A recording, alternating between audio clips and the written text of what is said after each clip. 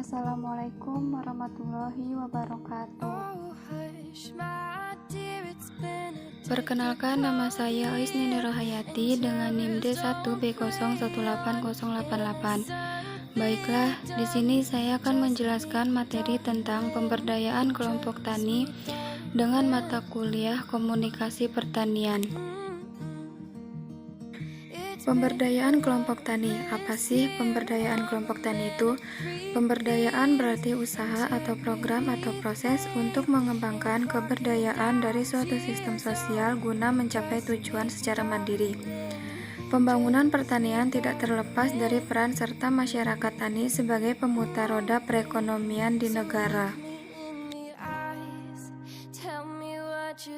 Dengan adanya peran tersebut, maka perlu pemberdayaan masyarakat tani sehingga petani mempunyai power atau kekuatan yang mampu menyelesaikan masalah yang dihadapinya.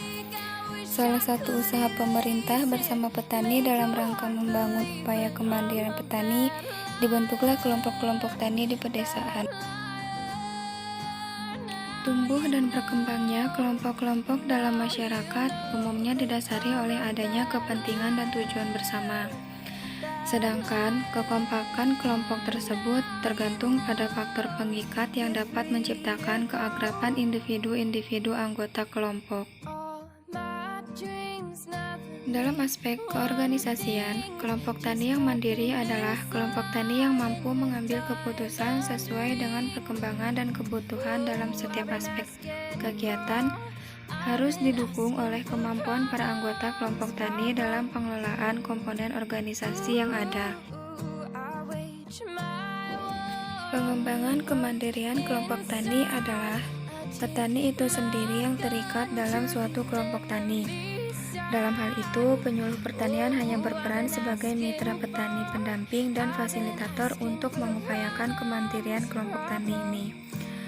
Adapun langkah-langkah pemberdayaan kelompok tani dalam mengupayakan kemandirian kelompok tani yaitu: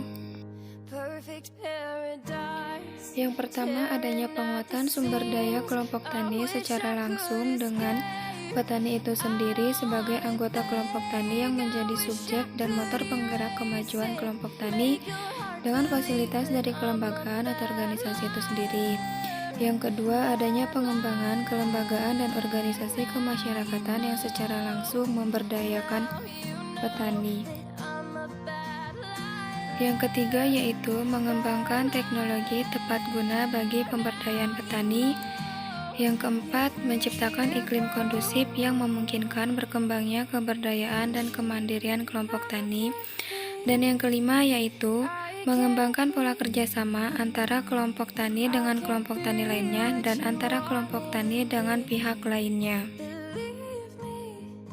Inti dari pemberdayaan kelompok tani tersebut adalah pendelegasian kekuasaan dan pengambilan keputusan ke tingkat yang lebih rendah dengan menggunakan konsep memberi visi untuk masa depan, mengikut sertakan semua anggota dalam suatu kegiatan sehingga mereka dengan sendirinya tumbuh rasa kebanggaan pada diri mereka, kehormatan dan rasa tanggung jawab.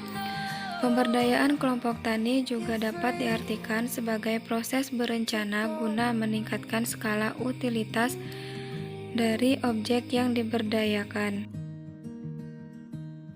Pemberdayaan akan efektif apabila yang pertama, dapat menciptakan sistem yang kondusif dalam lingkungan kelompok yang saling mempercayai, mendukung anggota dan pembinanya sehingga pembinaan tidak mengalami kegagalan.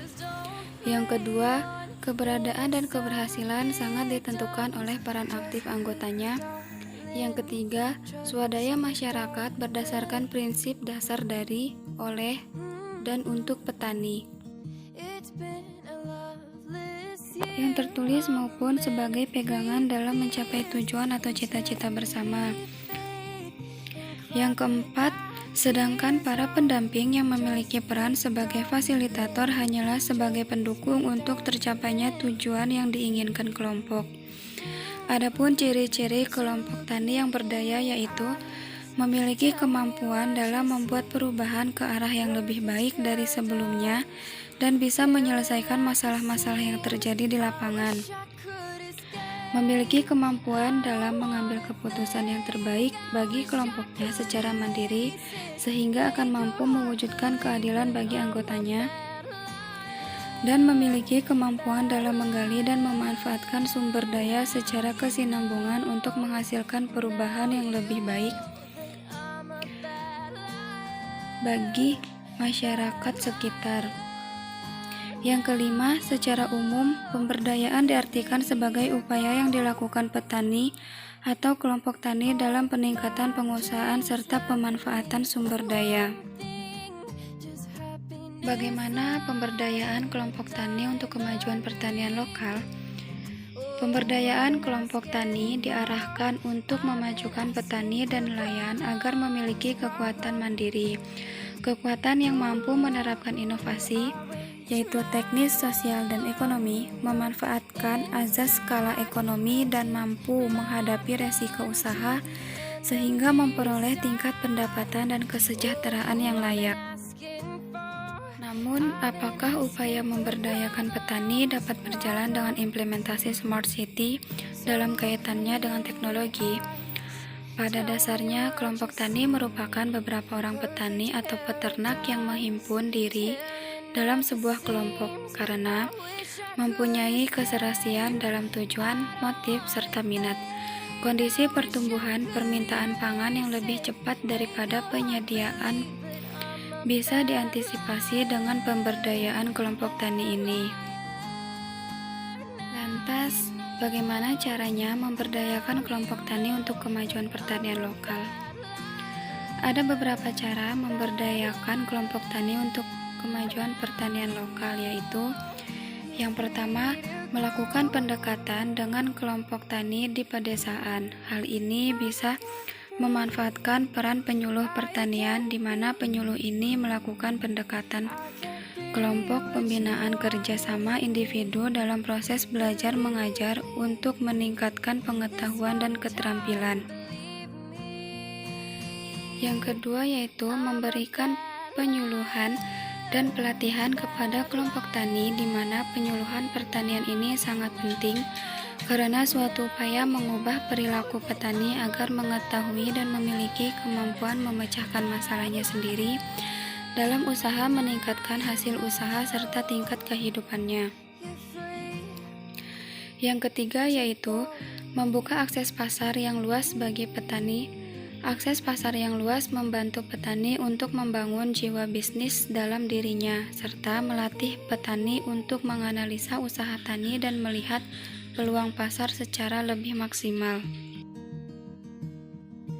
Yang keempat yaitu mengenalkan petani dengan software dan aplikasi pertanian berbasis cloud.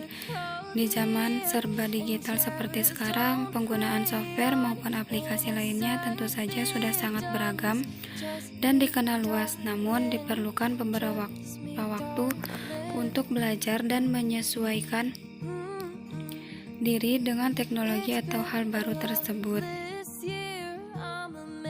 Dengan memperkenalkan penggunaan lintas serta smart farmer yang berbasis dari lintas serta call service secara intens, banyak manfaat yang bisa diperoleh petani, seperti kemudahan pembiayaan untuk pembelian bibit, prediksi cuaca, perhitungan jumlah pupuk, pemetaan hasil pertanian, sampai dengan pemasaran hasil pertanian sehingga petani dapat mendapatkan laba yang lebih optimal. Dari gambaran di atas terlihat bahwa kegiatan penyuluhan pertanian dilakukan dengan penyuluhan partisipatif yang melibatkan metode, petugas penyuluhan, dan kelembagaan yang sesuai, sehingga peran kelompok, keahlian anggota kelompok, dan sumber daya kelompok dapat diberdayagunakan dengan baik. Pada dasarnya, manajemen kelompok tani meliputi 4 pokok penting, yaitu perencanaan, pengorganisasian, pelaksanaan, dan evaluasi, yang kesemuanya diharapkan dapat dilakukan oleh kelompok tani itu sendiri. Itulah yang dapat saya jelaskan, kurang lebihnya saya mohon maaf. Saya akhiri, wabillahi taufiq wal hidayah. Wassalamualaikum warahmatullahi wabarakatuh.